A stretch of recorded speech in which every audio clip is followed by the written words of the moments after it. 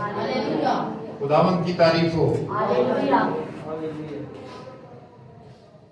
क्योंकि तारीफ के लायक वही है, सिताइश के लायक वही है। हालेलुया, और मैं बाज़ औक़ात जब इस बारे में सिखा रहा होता हूँ तो मैंने हमेशा ये सिखाने की कोशिश की, इबादत के दौरान किसी और का नाम भी ना लें। और इसी ख्याल से ताल्लुक रखने वाले लोग बाज़ औक़ात ये कहते हैं जैसे खुदा का रूह भारे वो दुआ में रहनुमाई करे,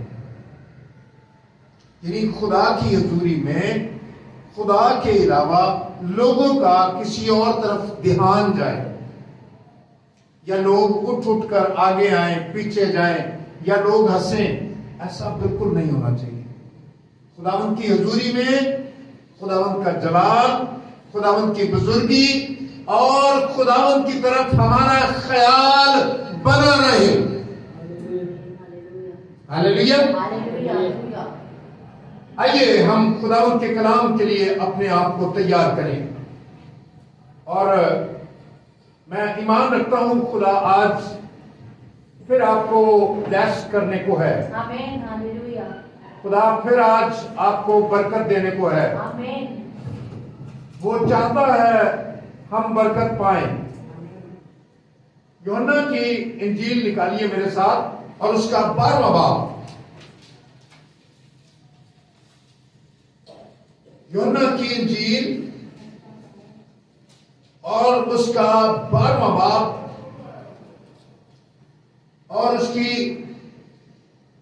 24वीं आयत। खुदा के कलाम में इस तरह लिखा है,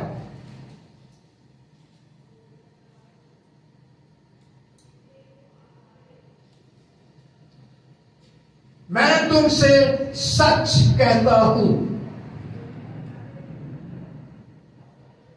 यीशु मसीह कह रहे हैं, मैं तुमसे सच कहता हूं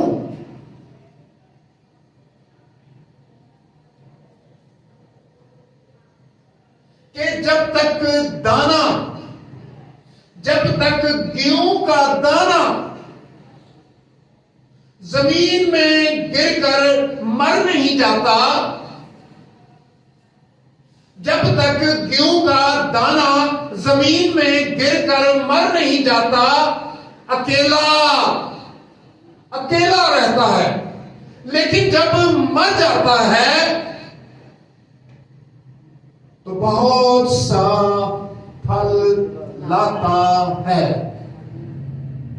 कलाम के पढ़े सुने समझे और कबूल किए जाने पर खुदा की बरकत हो और खुदा सालूस की तमजीद हो। आमीन।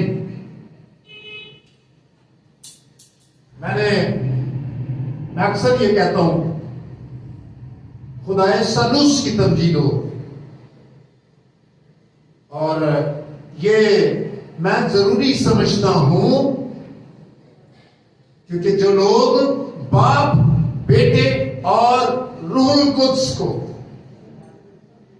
यानी तस्लीस को नहीं समझते, नहीं मानते, उनके लिए ये बात एक आग की मानद है जो उन्हें जलाती है।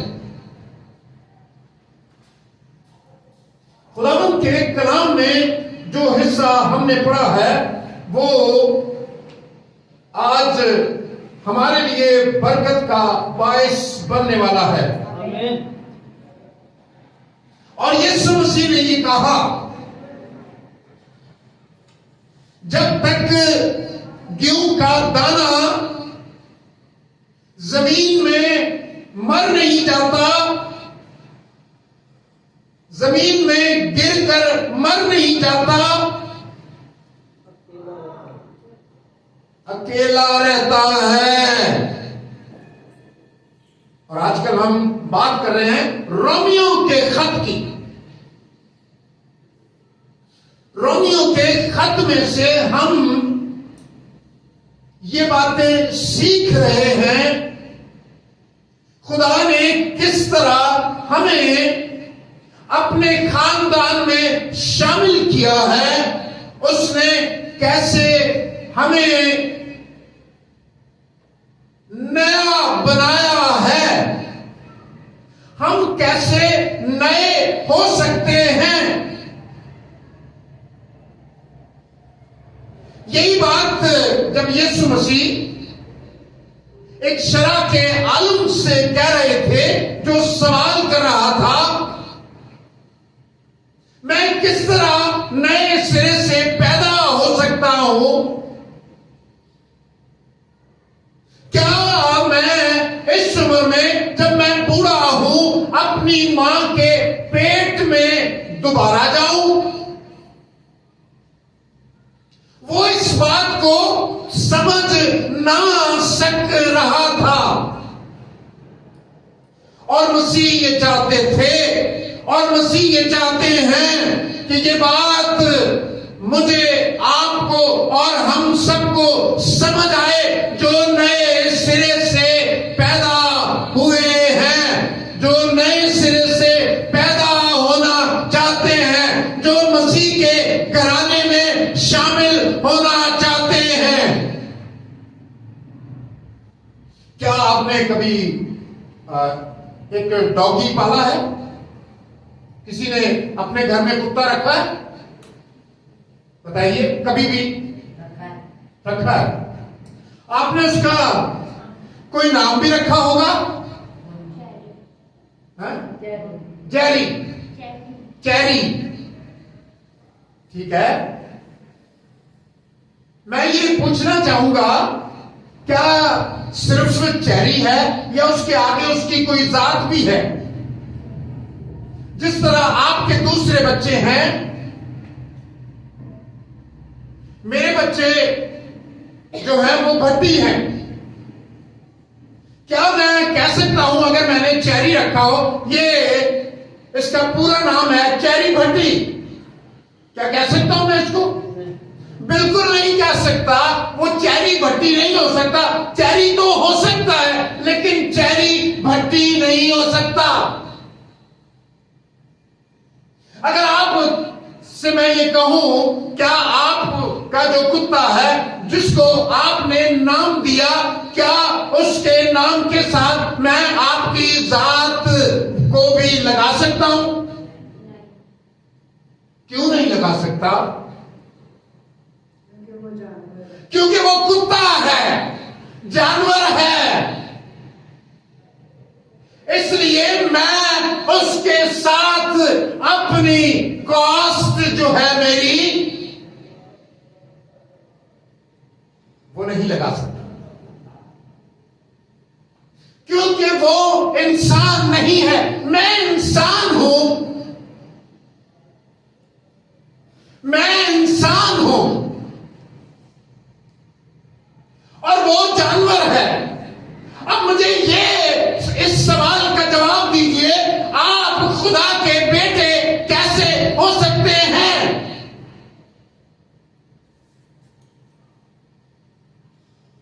आप खुदा के बेटे कैसे हो सकते हैं? क्योंकि खुदा रूह है, क्योंकि खुदा कादिर मुतलक है। आप महदूद अक्ल के मालिक हैं। आपके पास महदूद जिंदगी है। आपके ख्यालात महदूद हैं। आप कैसे खुदा के बेटे हो सकते हैं? क्या आप खुदा के बेटे और बेटियां हैं? बताइए कैसे? अगर एक कुत्ता, अगर एक जानवर, वो आपकी जात नहीं ले सकता, तो आप जो इंसान हैं खुदा की जात कैसे ले सकते हैं?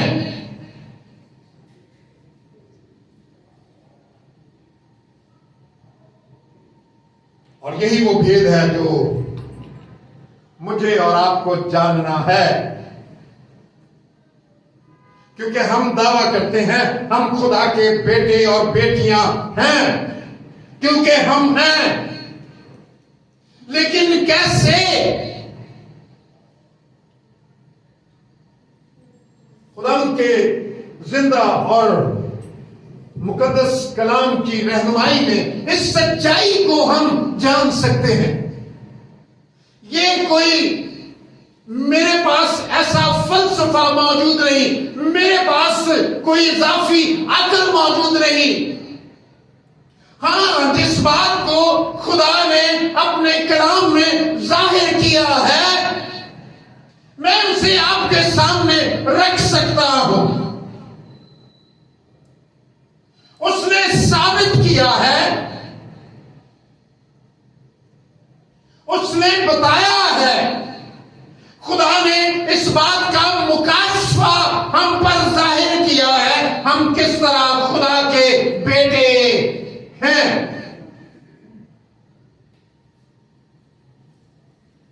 यीशु मसीह के बारे में आपका क्या ख्याल है? वो कैसे, वो खुदा का बेटा है? बोलिए जरा, होगा एक्टिव रहे। यीशु मसीह क्या है? यीशु मसीह खुदा का बेटा है, यानी वो खुदा है।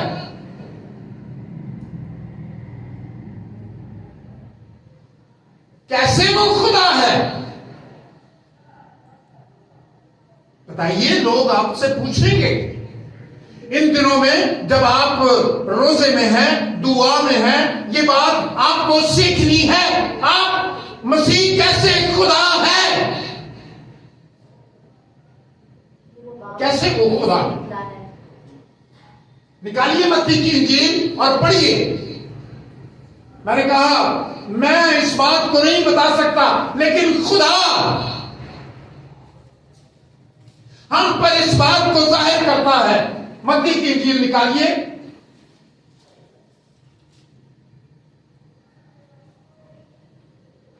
और पढ़िए उसका पहला भाग।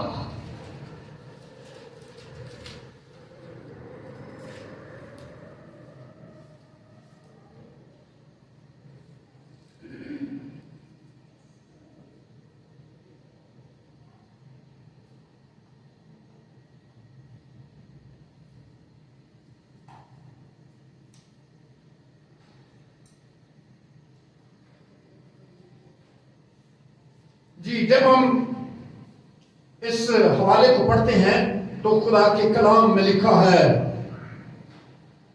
गौर कीजिएगा,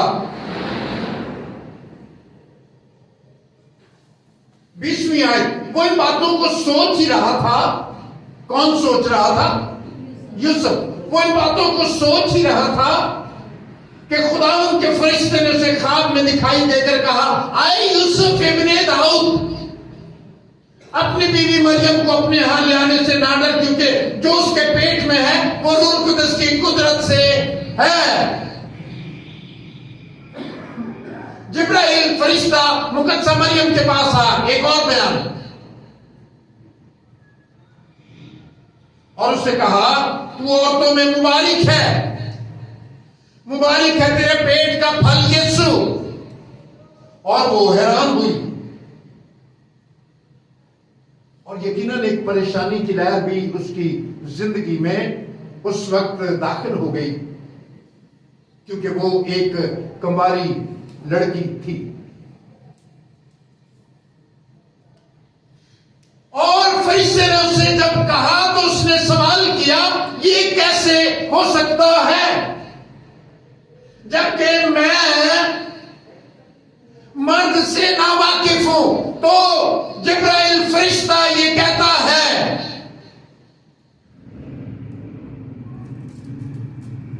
रूहुल कुद्स तुझ पर नाज़िल होगा, रूहुल कुद्स तुझ पर सादिर होगा, तुझ पर साया डालेगा।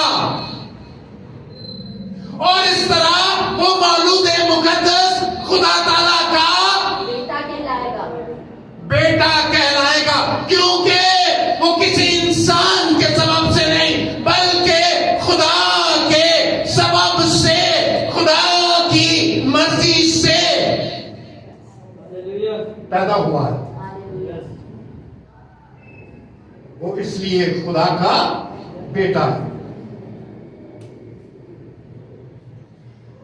यीशु मसीह इसलिए खुदा का बेटा है कि वो खुदा से पैदा हुआ है। वो खुदा है जो हमारे लिए इंसान बना। कलाम खुदा में अब हम उस बात पर आ रहे हैं जो हवाला हमने पढ़ा। यीशु मसीह ने कहा, मैं तुमसे सच कहता हूं, क्यों का दाना जब तक बोलिए ना, आप निकाल लें अपनी बाइबल या लाया करें बाइबल। आप लोगों की तरफ ना देखें, अब कौन पढ़ेगा। और खुदा के फजल से आप सब लोग पढ़ सकते हैं उर्दू। मैं तुमसे सच कहता हूं, जब तक गेहूं का दाना जमीन में गिरकर मर नहीं जाता, अकेला रहता है, अकेला रहता है। आप में से कोई अपने आप को खुदा का बेटा नहीं कह सकता जब तक के मसीह मर ना जाए। हालेलुया। जब तक के गेहूं का दाना जो कि मसीह है वो जमीन में गिरकर मर ना जाए, वो अकेला ही रहेगा। इसलिए आपसे पहले वो क्या था? खुदा का इकलौता बेटा था। बेटा नहीं, क्या था? खुदा का इकलौता बेटा। और जब वो मर गया आपके लिए, आपके गुनाहों के लिए, जब वो मर गया, जब मौत को उसने ले लिया, तो फिर क्या हुआ? फिर वो मिट्टी में जाने के बाद उगा और वो बहुत सा फल लाया। और फिर वो जो कि इकलौता था, अब क्या हो गया? इकलौता भी और पहलौठा भी। अब वो पहलौठा हुआ है। इकलौता भी, इकलौता तो वो था,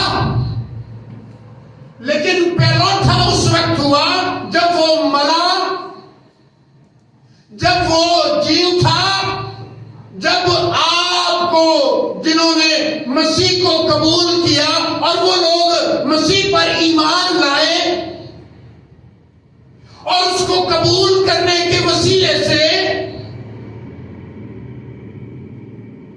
जब आप नए सिरे से पैदा हुए, तो आप भी खुदा की विरासत में शामिल हुए। उस विरासत में जो पहले, जिसमें सिर्फ और सिर्फ मसीह जिसका मालिक था, अब आप सब उस विरासत में शामिल हैं। हालेलुया। अगर वो ना मरता, ये भेद कभी ना भूलिएगा। और मैं कई दफा इस फेसबुक के थ्रू आप सब पर ये बात, आप सबको ये बात बयान कर चुका हूं। इब्लीस इस बात का दुश्मन है कि ये ना कहो कि वो मर गया, ताकि तुम्हारी निजात मुकम्मल ना हो।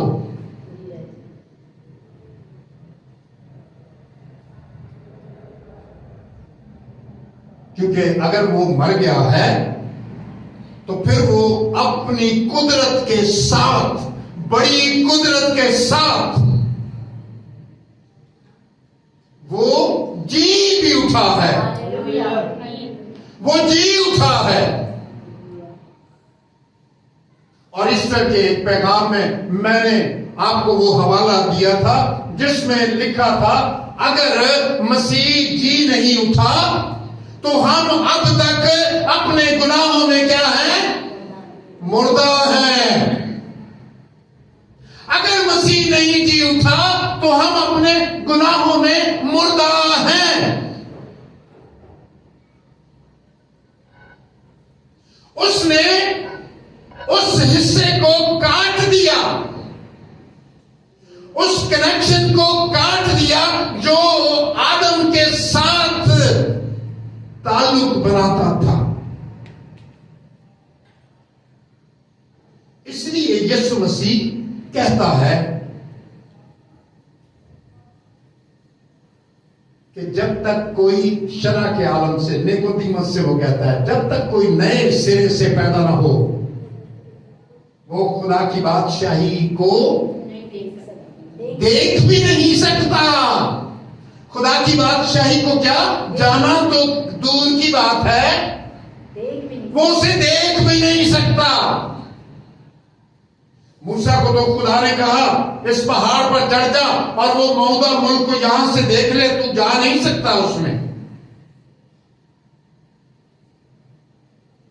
लेकिन आप उसमें, आप उसको देख भी नहीं सकते। अगर आप नए सिरे से पैदा ना हो फिर आप खुदा के बेटे और खुदा की बेटियां नहीं बन सकते। इन बच्चों से पूछे क्या मसला है जो सीढ़ियों पे बार बार आ रहे?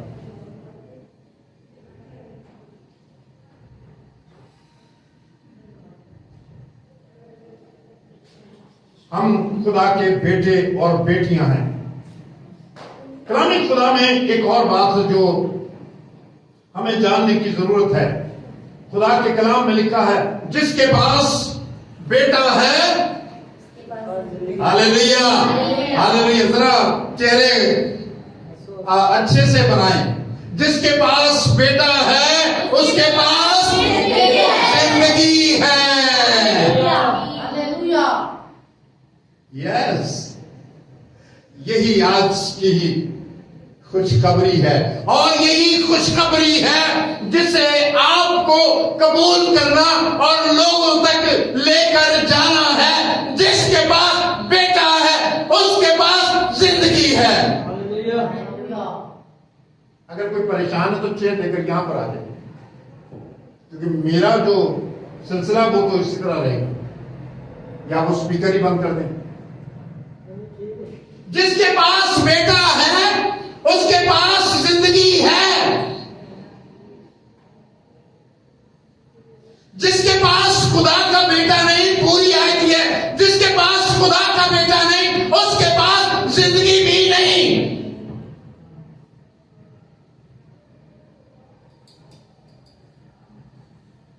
हम इस तौर पर हमारी तब्दीली मुमकिन होती है। हम सब एक ही असल से फिर हो जाते हैं। निकालिए इब्रानियों का खत, उसका दूसरा बाब,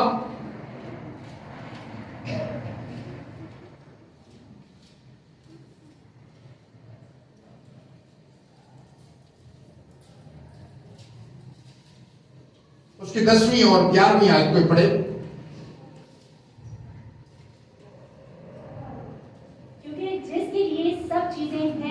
और जिसके वसीला से सब चीजें हैं, उसको यही मुनासिब था कि जब बहुत से बेटों को जलाल में दाखिल करे तो उनकी नजात की वाणी को दुखों के जरिए से कामिल कर ले। हालेलुया। फिर पढ़िए जरा, माइक लेकर या पढ़ें या मुझे मैं आपके लिए पढ़ता हूं। दूसरे बाब की, इब्रानियों दूसरे बाब की 10वीं आयत से। क्योंकि जिसके लिए सब चीजें हैं और जिसके वसीले से सब चीजें हैं, कौन है वो? यीशु मसीह। यहां पर ही रहें प्लीज। क्योंकि जिसके लिए सब चीजें हैं और जिसके वसीले से सब चीजें हैं, उसको यही मुनासिब था कि जब बहुत से बेटों को जलाल में दाखिल करे, बहुत से बेटों को, आप सबको जब जलाल में दाखिल करे तो उनकी निजात के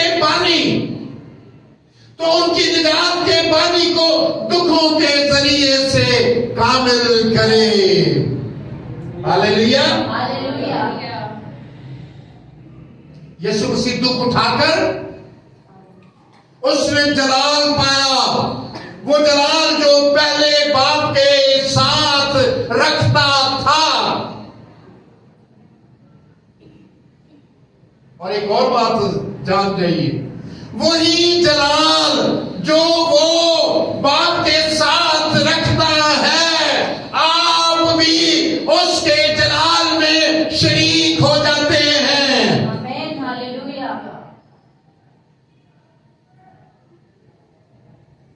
ऐसे ही आपको नहीं कहा,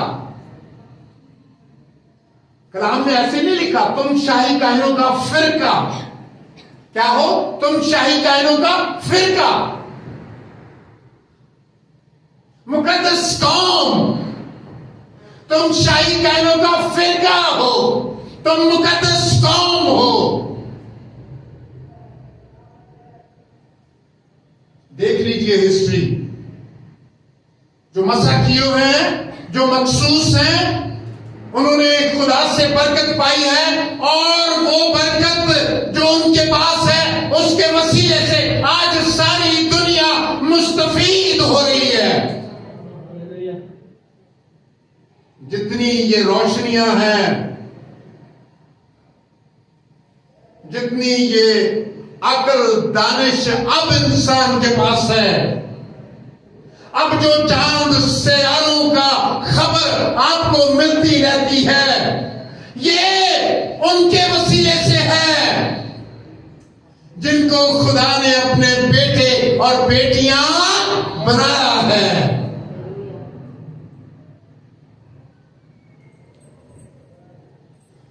और इसका बानी कौन है? निजात के कामिल करने वाला खुदावंद यीशु मसीह। उसने उसको दुखों में से जाने दिया ताकि वो उन सबको नया बना दे। देखो, पुरानी चीजें जाती रही,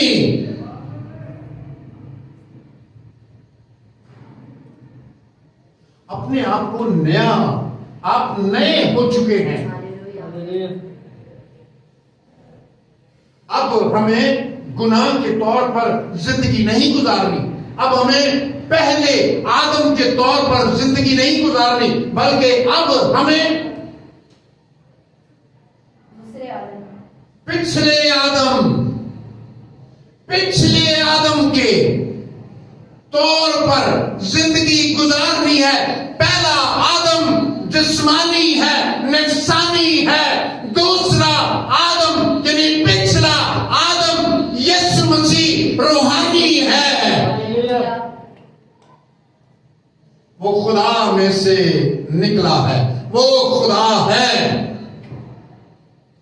जब हम ये बात कहते हैं तो लोग तरह तरह की बातें कहते हैं। क्या आप खुदा को कादिर मुतलिक के तौर पर नहीं जानते? क्या आप नहीं जानते वो सब कुछ करने की कुदरत रखता है? क्या आप नहीं जानते कि अब तक जो आप पर जाहिर नहीं हुआ वो भी उसकी जात में मौजूद है?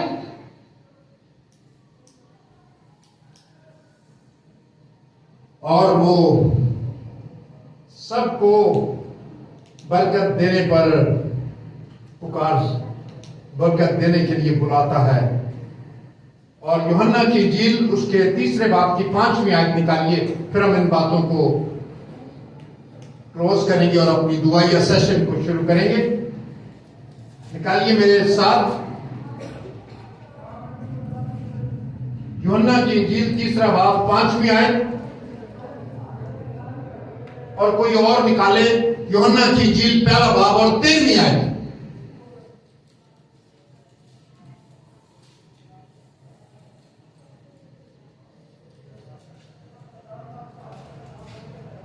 जी निकालिए यूहन्ना की इंजील 3 बाब 5वीं आयत और पढ़िए।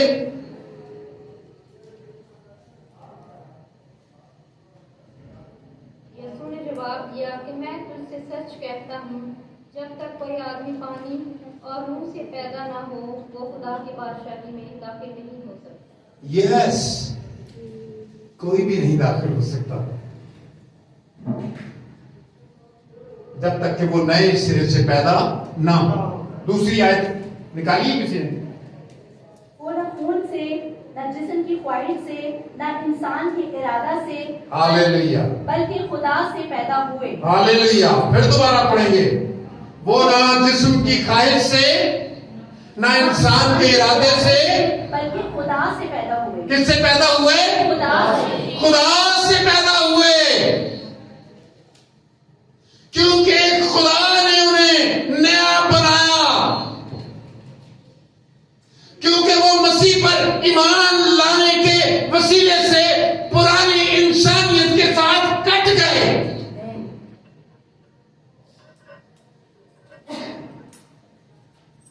याद रखिए, मैंने एक मिसाल जो आपको दी कुत्ते की,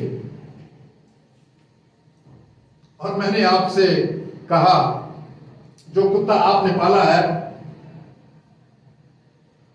क्या वो इसलिए आपकी जात के साथ नहीं मिल सकता कि वो बहुत बुरा कुत्ता है, लोगों को काटता है, लोगों पर भौंकता है? अच्छा, वो बहुत अच्छा कुत्ता है तो फिर क्या फिर तो आपकी जात का हिस्सा बन सकता है? फिर भी नहीं। जी हां, कोई भी इंसान खा अच्छा हो खुदा का बेटा बेटी नहीं बन सकता। कोई भी इंसान खा बुरा हो खुदा का बेटा बेटी नहीं बन सकता जब तक के वो यीशु को कबूल ना करे, जब तक कि वो मसीह पर ईमान ना लाए, जब तक खुदा तब्दीली के उस काम को उसकी जिंदगी में ना करे, जब तक कोई खुदा से पैदा ना हो। क्योंकि पहला आदम जिस्मानी है और पिछला आदम रूहानी है। आप इसलिए तब्दील हो सकते हैं कि आप मसीह के उस कुर्बानी, उस मखलसी के काम से तब्दील होते और बरकत पाते हैं, उसको कबूल करने के वसीले से। वरना आप अच्छे हों या बुरे हों, आप अच्छे हो तो क्या है, जो मयार खुदा को चाहिए वो मयार हासिल करने के लिए वो क्या मयार है? वो मयार ये है जितनों ने उसे कबूल किया। क्या मयार है वो? जितनों ने उसे कबूल किया उसने उन्हें खुदा के फर्जंद बनने का हक बख्शा। यस, अच्छे होने के सबब से नहीं, ये बड़ा शरीफ है, बड़ा साईं।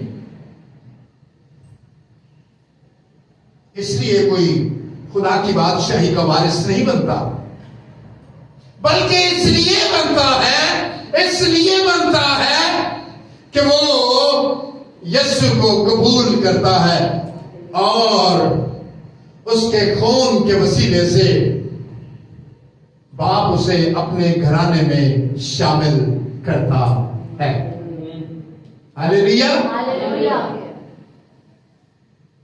बरकत मिली, समझ आई? हम कैसे खुदा के बेटे और बेटियां बनते हैं? ईमान लाए, कबूल किया,